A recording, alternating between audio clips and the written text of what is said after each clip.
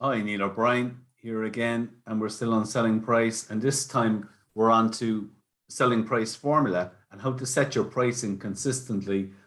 Done a lot of work with people over the years, and when they drill into their numbers, the profit margins are a bit all over the place year to year, job to job. There's no consistency. And one of the root causes of this is people not having a consistent method of setting their pricing, particularly people like fabricators, people like kitchens, where every job can be a bit bespoke. Every job is a little bit different. So they have to price them.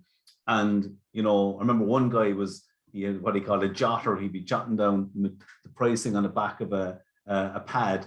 And then when it was done, he'd rip it off and throw it into the bin. And every so often he'd have to start going through the bin because somebody would ask him about a price and he couldn't remember. So what I encourage people to do is have a consistent method. A spreadsheet is a really good way of doing it. Whether you're a service business or a product business, I have examples here of each.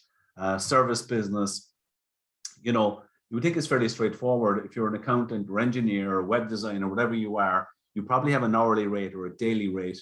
I have some good friends who ring me in business, and they'll ring me on a regular basis, and they're asked to price a job, and it's just the steps in going through it, and I go through the same steps with them. So it's just, how many hours do you think it'll take? What's your charter rate? Okay, multiply one by the other. So back to Mary, the web designer. So Mary was asked to price a job. Now, what she has to do is just try and estimate the time that's involved in doing that job.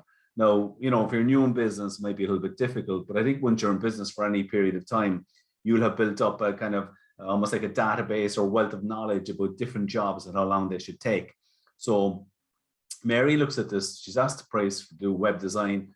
She estimates 35 hours. So then Mary just takes a 35 hours. Her charge out rate is 100 euros per hour. So Mary will go 35 hours by 100 euros per hour, gives her 3,500. And that should be her price for the job. Okay, fairly straightforward, one would think. Now, a product business is a little bit different. This is a fabricator. Now, here's the formula that he used. So he's asked the price, he's asked to make, let's say it's a staircase, a metal staircase for outside a factory, okay? So he has to go in and get his drawings and estimate all the cost of material and labor. In this case, he's estimating the materials are going to cost him 8,700.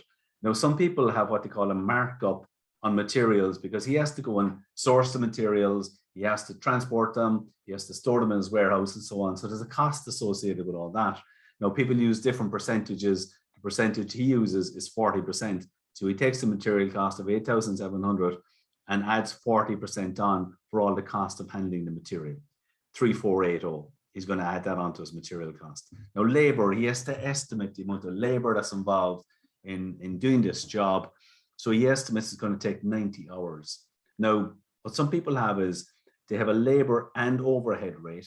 In his case, it's 70 euros. So the 70 euros per hour is meant to cover the person he has who's physically doing the job and also all the overheads associated with that. You have, he's a building, he's rent, he has rates, he has admin staff, he's got all those other costs outside of his material and labor, and he has to work out on what he needs to charge onto every job for that. So he's come up with 70 euros for that. So the labor rate, 90 hours multiplied by 70 is 6,300. So in coming up with a price for the job, he's the materials of 8,700. And apologies, there's a lot of numbers in this, but there's no getting away from, if you want to come up with your selling price, you need to do something like this. Or you could just, stick your finger in the air and come up with a figure, but I wouldn't recommend that. In this case, materials are 8,700. The material markup is 3,480. The labor and overhead, 6,300. Add up those three figures and the total price is 18,480. So that's the pricing method he uses. What I encourage people to do is have a consistent method. A spreadsheet is probably best, and don't discount, okay? People just, sometimes people work out a price and go, oh God, that's very expensive, and give a discount when the customer or client hasn't even asked for it.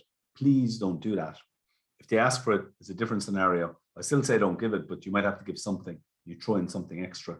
But I would highly encourage you to have a spreadsheet or something like this, if you're doing, whether you're a product business like a fabricator, kitchens, whatever, or you're a service business, can be very useful to have a spreadsheet and use it when you're calculating your pricing. It'll give you consistent pricing and consistent profits. And I highly recommend it. I've designed something like this for dozens and dozens, I'd say hundreds and hundreds of businesses actually. Okay, thanks for listening.